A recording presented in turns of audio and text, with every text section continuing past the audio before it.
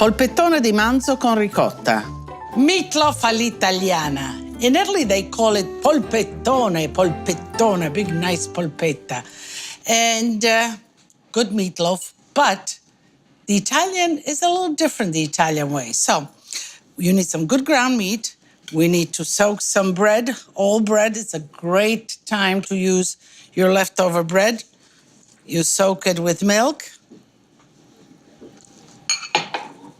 Let it soak well there. And we'll continue to make the meatloaf. Scallions.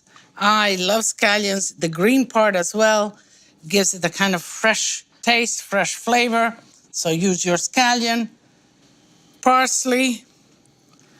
Italian parsley in the polpetta, absolutely. Grated cheese, absolutely. All of this kind of adds to the flavor and makes the polpettone delicious. Nutmeg.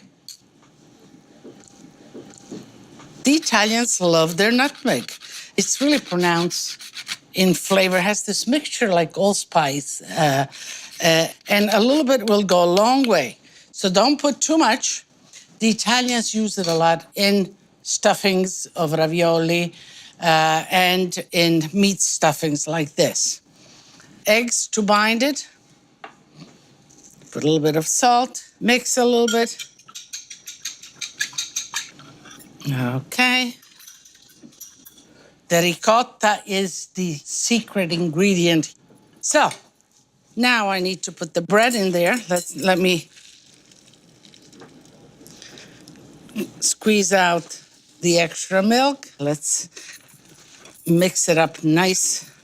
You know, a lot of times the question is, the meatloaf is dry. The ricotta will really give you a very moist meatloaf and delicious. Okay, I think I'm missing a little bit of salt. Okay.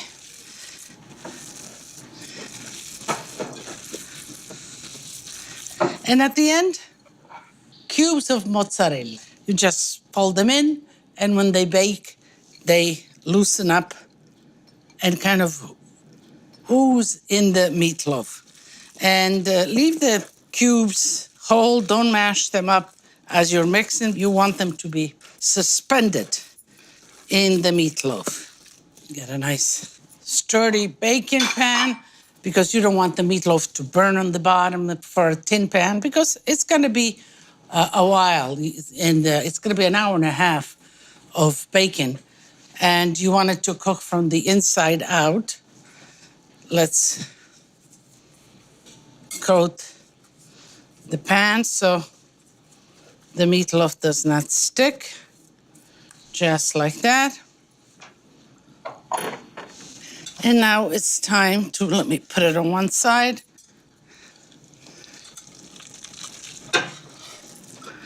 Okay. To shape the meatloaf into its form and make sure it's even so that it cooks evenly on all sides. Just like that. Brush it a little bit with oil.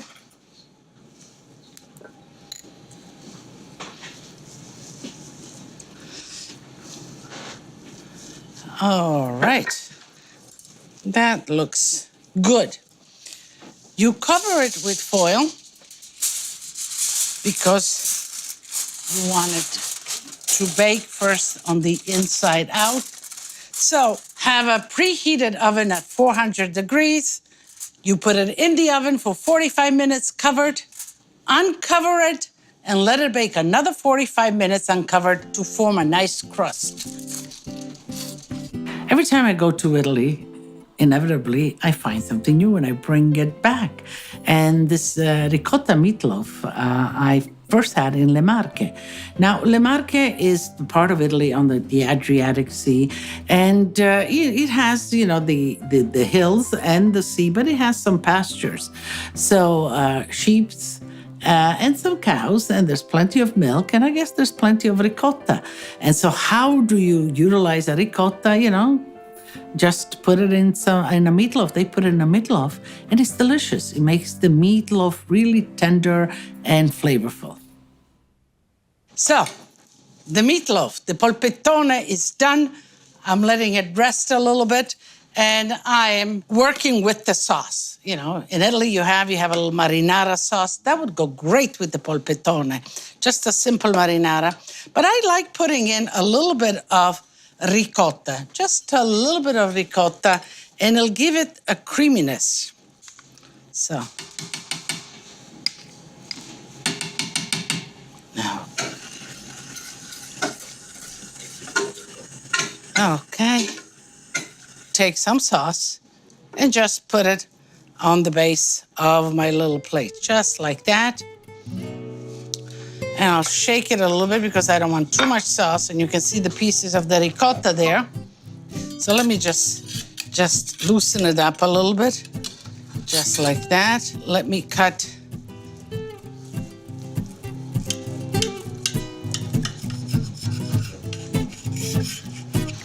and then another slice.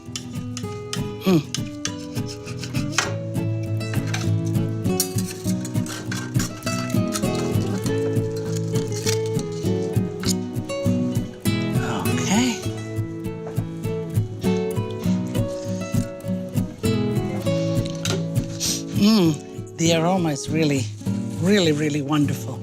And you can, it's nice and soft and tender. I'm gonna put just a little bit of the sauce right down the middle like that. And this is a little bit of fresh oregano, just to freshen it up.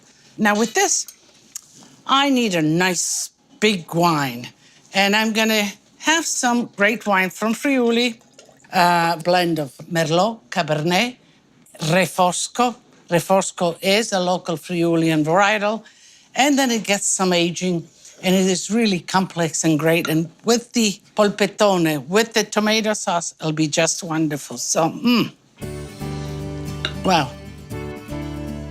Let me taste a piece for you.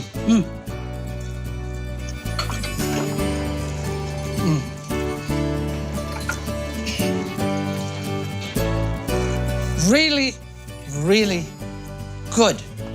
Tender, soft, flavorful. And, when I enjoy my food, I want to share it with you. And I want to invite you. So, tutti a tavola a mangiare.